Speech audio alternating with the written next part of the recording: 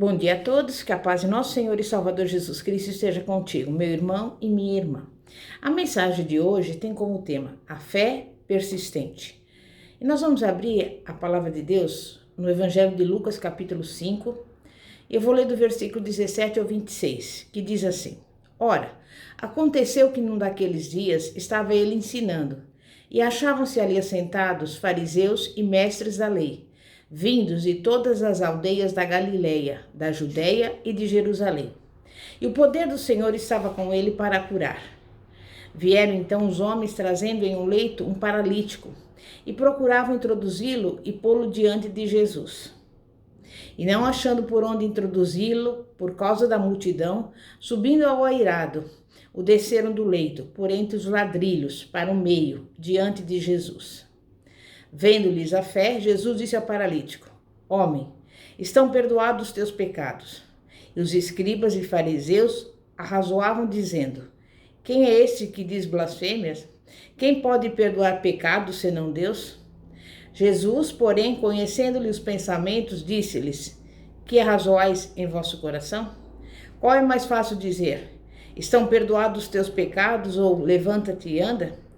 Mas para que saibais que o Filho do Homem tem sobre a terra autoridade para perdoar pecados, disse ao paralítico: Eu te ordeno, levanta-te, toma o teu leito e vai para casa. Imediatamente se levantou diante deles e, tomando o leito em que permanecera deitado, voltou para casa, glorificando a Deus. Todos ficaram atônitos, davam glória a Deus e, possuídos de temor, diziam: Hoje vimos prodígios. Esse relato do homem que foi rebaixado na sua maca através de um buraco no telhado por 4 amigos é uma história bastante dramática da fé persistente. A fé que não aceita a resposta não e que não desiste, sejam quais forem os obstáculos. A fé persistente recebe da parte de Deus aquilo que ela necessita e os obstáculos no caminho não são intransponíveis para ela. Aqueles que têm fé persistente receberão o que desejam, mas os outros não. Aquela casa onde Jesus estava ensinando a palavra estava cheia de gente, inclusive fariseus e mestres da lei. Tantas pessoas estavam reunidas para escutar Jesus, que, segundo diz a Bíblia, bloqueavam a porta. A Bíblia declara também: o poder do Senhor estava com ele para curar todos. O poder de Deus estava presente para curar todas as pessoas naquela casa, mas somente um homem foi curado, e ele nem sequer estava entre os presentes na casa. Então você pode perguntar: por que ele foi curado e ninguém mais? Vamos olhar esse mesmo relato no Evangelho de Marcos, porque nesse Evangelho veremos o melhor aspecto da fé coletiva. Capítulo 2, do versículo 2 ao 5, que diz assim: Muitos afluíram para ali, tantos que nem mesmo junto à porta eles achavam lugar, e anunciava-lhes a palavra. Alguns foram ter com ele, conduzindo um paralítico, levado por 4 homens. E não podendo aproximar-se dele por causa da multidão, descobriram o eirado no ponto correspondente ao em que ele estava, e fazendo uma abertura, baixaram o leito em que jazia o doente. Vendo-lhes a fé, disse ao paralítico: Filho, os teus pecados estão perdoados. Tratava-se, na verdade, de um homem que nem sequer conseguiu entrar na casa, mas, como vimos, acabou sendo o único a ser curado. Percebemos que o paralítico também demonstrava sua fé. Afinal de contas, permitiu que fosse levado até o telhado e então baixado diante de Jesus. Quantos doentes permitiram que fossem levados ao telhado de uma casa para então serem baixados numa maca, a fim de serem curados? Quando alguém está doente, precisa de muita fé para deixar-se levar até em cima de um telhado, e ainda mais para deixar-se baixar através de um buraco no telhado. Além disso, seria necessária também fé por parte daqueles que subiram até o telhado, carregando o enfermo. Não foi, portanto, somente do homem que Jesus elogiou a fé. Jesus também elogiou a fé daqueles 4 que levaram o enfermo e o fizeram descer através do telhado. A Bíblia diz que Jesus, vendo-lhes a fé, Mandou o paralítico se levantar do seu leito e andar. Esse comentário é interessante, pois a fé não é visível, mas as ações às quais a fé leva são visíveis. Poderíamos expressar o acontecido assim: Jesus, vendo as suas ações de fé, disse: levanta-te, toma o teu leito e anda. E o homem se levantou do seu leito e foi para casa curado. Esse homem e seus 4 companheiros não queriam desistir. Quando surgiu diante deles um obstáculo à fé, uma circunstância adversa, simplesmente a contornaram. Aquele homem na maca e os 4 que o levavam poderiam ter perdido a esperança. Quando viram a multidão de pessoas tampando o acesso à casa onde Jesus estava pregando a palavra, poderiam ter dito: seria melhor voltarmos para casa. A situação aqui é impossível. Nem vamos arriscar uma tentativa. E aquele enfermo teria sido carregado de volta para casa, tão doente como sempre. Não desistiram, porém, persistiram na sua fé. Por outro lado, quando não conseguiram entrar na casa, poderiam ter dito algo que ouvimos frequentemente em nossos tempos. Pois bem, acho que não era mesmo a vontade de Deus curá-lo. É assim que muitas pessoas definem qual é a vontade de Deus, pelas circunstâncias. Mas a vontade do Senhor não é determinada pelas circunstâncias que surgem em nossa vida. A vontade de Deus já foi declarada e exposta na sua palavra, e ela inclui a cura. Imagino que não era difícil tirar as telhas daquele tipo de casa. Mas, por outro lado, os que estavam na casa escutando Jesus pregar e ensinar a palavra, ouviram espantados de repente o barulho do arrombamento do telhado. E o dono da casa, como se sentia quando aqueles 4 homens desmontavam seu telhado?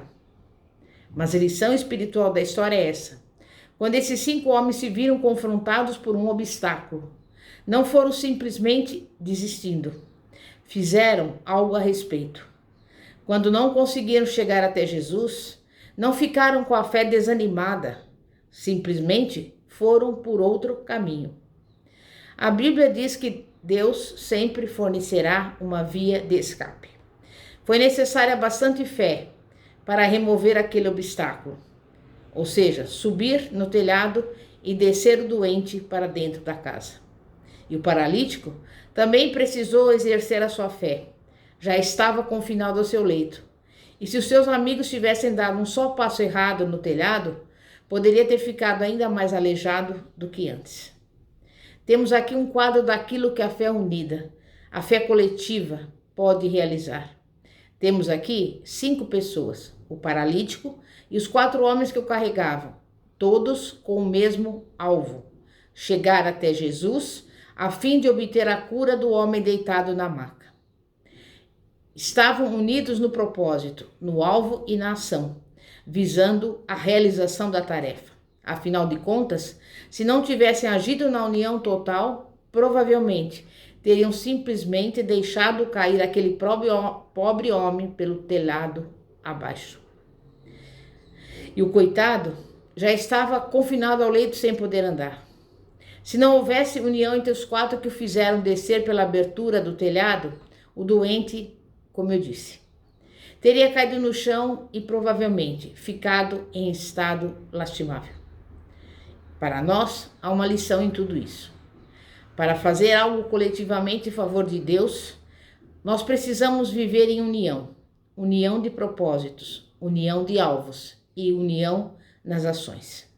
Você descobrirá de fato, ao ler o livro de Atos dos Apóstolos, que a Bíblia continuamente fala a respeito dos apóstolos estarem em união, de mútuo acordo. Cada vez que os discípulos ficavam unânimes, o poder de Deus manifestava-se de tal maneira que, segundo Atos 4:31, tremeu o próprio lugar onde estavam reunidos. Como sabemos, a Bíblia diz que sem fé é impossível agradar a Deus. A fé persistente obtém favor de Deus, agrada a Deus. Esse homem foi curado, não porque a sua fé ou a fé dos seus companheiros era maior do que a fé que você e eu temos, mas porque persistiram na fé. apesar dos obstáculos, e porque estavam unidos num só propósito. Não queriam abrir mão da sua fé. Aquele homem, como vimos, foi o único que saiu de lá curado naquele dia, porque não se deixou derrotar pelas circunstâncias. A qualquer momento poderia ter dito aos 4 amigos: isso é difícil demais, leve-me para casa. Mas ele não fez assim.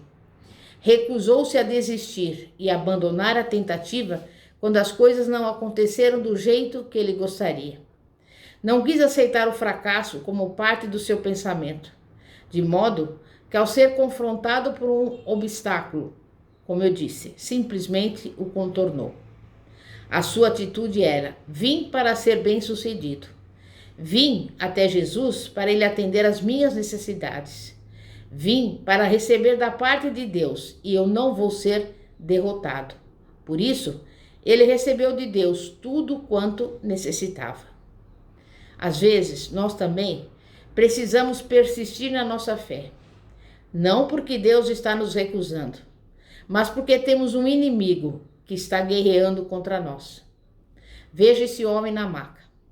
Esse relato nos oferece um exemplo bíblico da persistência da fé. Ele não recebeu facilmente a sua cura. Você acha que não foi difícil ser levado da maca até o telhado da casa? Tanto para ele quanto para os 4 homens que tinham que carregá-lo? Tinham que abrir caminho no meio de alguns obstáculos antes deste homem receber a sua cura. É possível também que você tenha que persistir na sua fé e continuar a se apegar à palavra de Deus, mesmo quando não pareça que a palavra está operando em seu favor. Então, você pode me perguntar, por que às vezes precisamos persistir na nossa fé? Porque, embora o poder de Deus para curar esteja à disposição de todos gratuitamente, assim como todas as demais bênçãos de Deus, o inimigo tentará lançar todos os obstáculos possíveis em nosso caminho, a fim de impedir que recebamos o que Deus tem para nós. Quando você assume o compromisso da fé para crer em Deus em favor daquilo que Ele lhe prometeu, precisará ter dedicação 100% nesse compromisso, se é para ter sucesso. Não pode parar no meio do caminho.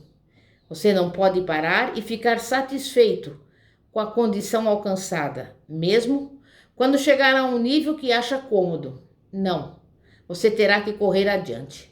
É como participar de uma corrida. Uma vez que entrou na corrida, não haverá maneira de fazer uma pausa para descansar. Se você quiser correr, precisará correr com os olhos postos no alvo à sua frente. O pecado supremo de qualquer corredor de meta é tirar os seus olhos da meta final da corrida. Todo bom corredor sabe que corre com os olhos fitos num único objetivo, a linha de chegada, e dele nunca tira os olhos. Na carreira cristã, o alvo é o Senhor Jesus Cristo. E nós que estamos nesta corrida, também não devemos deixar os nossos olhos desviarem a atenção, senão perderemos.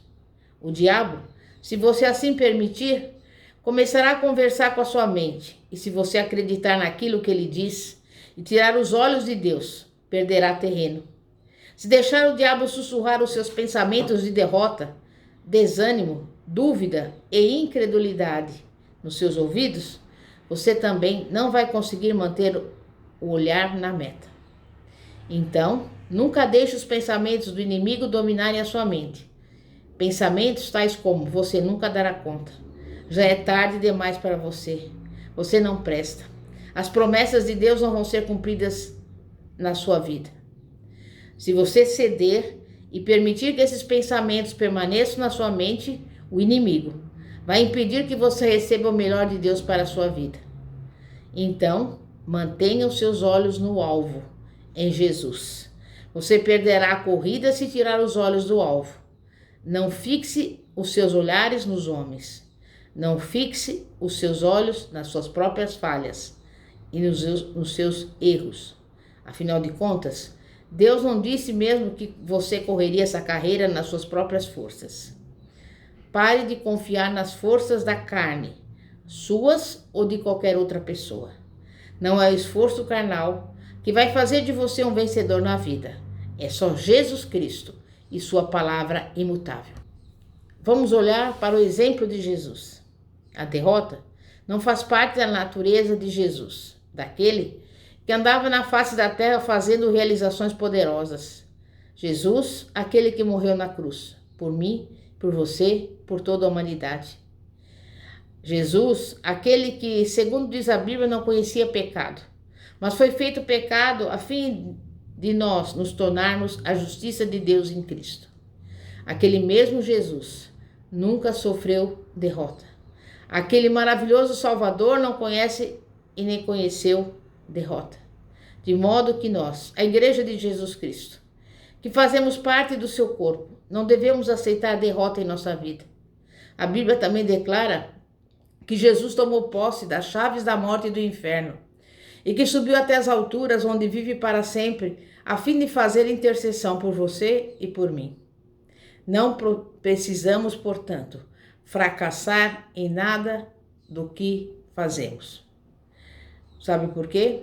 Porque Jesus pagou o preço da nossa redenção total na cruz do Calvário.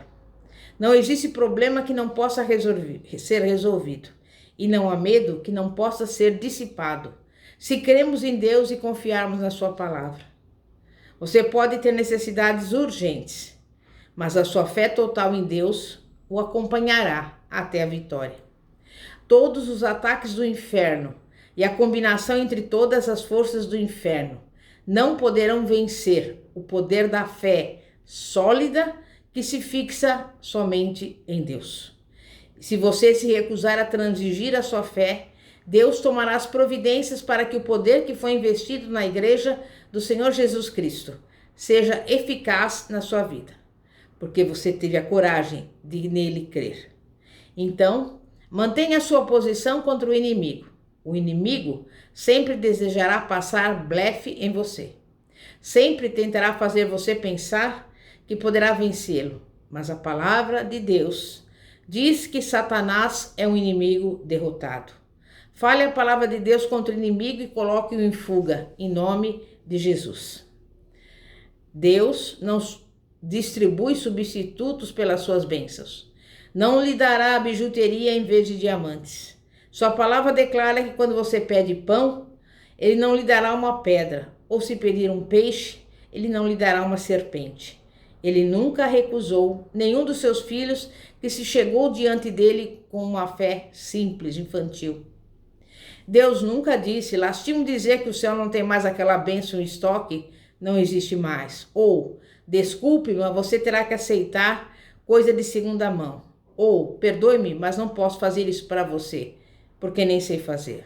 Ou, você já ouviu Deus lhe dizer quando você chega diante do seu trono, não tenho tempo para você hoje, vá embora. Não, os ouvidos do Senhor sempre estão abertos para ouvir o clamor dos justos. Deus dá o melhor que o céu tem para oferecer àqueles que resolveram se dedicar a Ele e andar em obediência à vontade dEle para suas vidas. Deus nos promete na sua palavra que nenhum bem sonegará àqueles que andam retamente.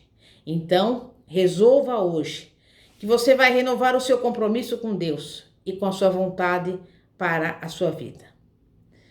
E receba do Senhor tudo aquilo que Ele tem para você. Ouse crer em Deus e você sairá vencedor, em nome de Jesus. Amém. É momento de oração. Santíssimo Deus e poderoso Pai, Pai de nosso Senhor e Salvador Jesus Cristo, neste momento estamos aqui diante do Senhor, renovando o nosso compromisso diante do Senhor. Te pedimos, Pai, que o Senhor afaste da nossa mente os pensamentos e sentimentos de fracasso e desespero. Nós nos aproximamos agora do Senhor com fé renovada, crendo que se nós pedirmos algo segundo a sua vontade, o Senhor nos ouve. E a Bíblia nos diz que se você sabe que o Senhor nos escuta, também sabe que a sua petição é atendida. Resolva hoje, meu irmão e minha irmã, que você vai assumir autoridade sobre o inimigo em qualquer área da sua vida. em que ele tem tentado te manter preso. Então mantenha os olhos longe das circunstâncias, mas mantenha-os fixados em Deus e na sua palavra.